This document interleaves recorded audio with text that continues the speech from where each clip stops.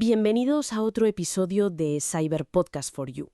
Hoy nos sumergimos en una historia que parece sacada de una peli de espías, pero es totalmente real. Una infiltración de altísimo nivel. Exacto. Imagina un equipo de élite, de estos que ves en las películas, contratado para una misión muy concreta. Infiltrarse en una de las empresas más grandes del planeta, una de las llamadas Global Five. Y detrás de todo esto, un nombre clave. Ira Winkler, un especialista, ¿verdad? Eso es, en montar estos equipos con gente muy preparada. Exmilitares, exagentes de inteligencia. Eso es. Winkler es conocido por eso, por simular ataques de espionaje que son, tremendamente realistas. No hablamos de un hacker solitario en su garaje, hablamos de una operación planificada al milímetro. Metódica, y el objetivo no era un simple hackeo. No, buscaban algo más gordo. Mucho más.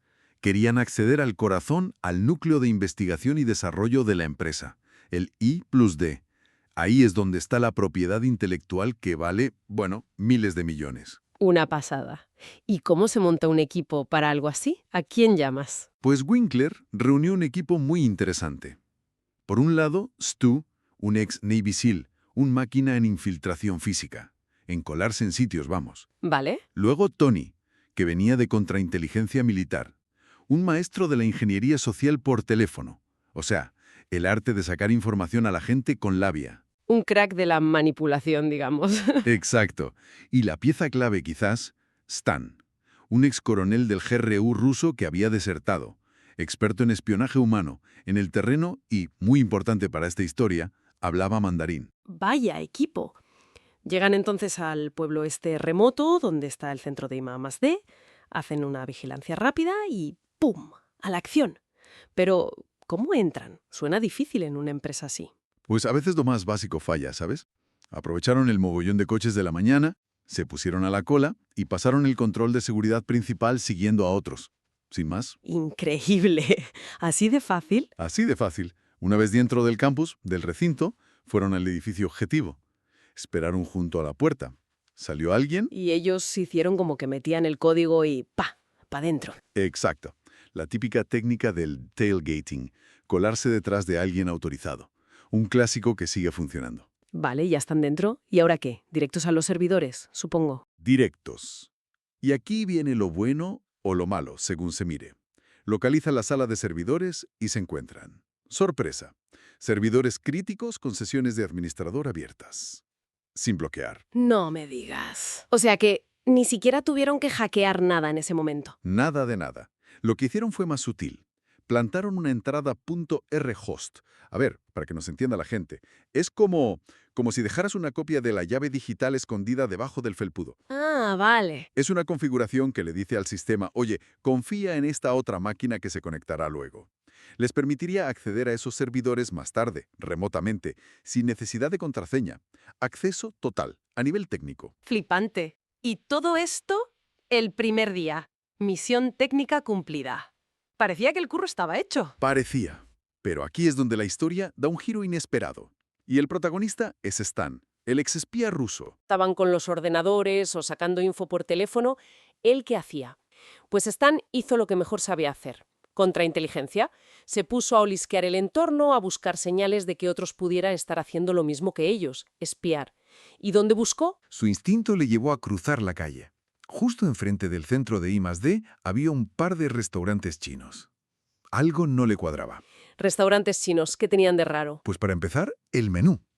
Tenía platos muy específicos, exquisiteces regionales de China que, no pegaban nada en un pueblecito perdido de Estados Unidos. Curioso, sí. Y más cosas. Ofrecían salas de reuniones gratis a los empleados de la empresa objetivo. Descuentos súper sospechosos. Stan se puso a hablar en mandarín con el personal. Aprovechando que sabía el idioma. Claro. Y notó que se ponían nerviosísimos, que le daban respuestas evasivas. Todo muy raro. ¿Y su conclusión fue? Directa. Aquello no era un simple restaurante, era una topadera. Sospechaba que era una operación de inteligencia del gobierno chino. ¿Para espiar a la empresa desde enfrente? Exacto. Probablemente para observar, para intentar reclutar empleados, sacar información. Lo típico en estos casos. Montada a plena vista. Vaya tela. ¿Y tuvo alguna prueba más? Pues sí. Mientras hacía su reconocimiento por la zona, se dio cuenta de que le seguían. Y de forma bastante torpe, por cierto. ¿Le siguieron? Sí. De hecho, los tipos que le seguían acabaron chocando el coche contra un poste. Intentaron seguirle después de que él hiciera un cambio de sentido brusco. Y, bueno, no eran muy profesionales, digamos. ¿Qué me dices? O sea que el equipo de Winkler no solo demostró que la empresa era vulnerable. Sino que descubrieron una operación de espionaje real, activa, montada por otro país, justo en sus narices. Menudo informe debieron entregar. ¿Cómo reaccionó la empresa a todo esto? Pues imagínate, le contaron todo al jefe de seguridad. Mira, hemos entrado hasta la cocina. Y por cierto, creemos que tenéis espías chinos enfrente. El de seguridad, que estaba acostumbrado a ciberataques, a cosas digitales, se quedó un poco descolocado. Esto era espionaje humano, contrainteligencia, algo muy físico y tangible. Claro, no es lo mismo un virus que una red de espías en un restaurante. ¿Y Stan? ¿Qué hizo?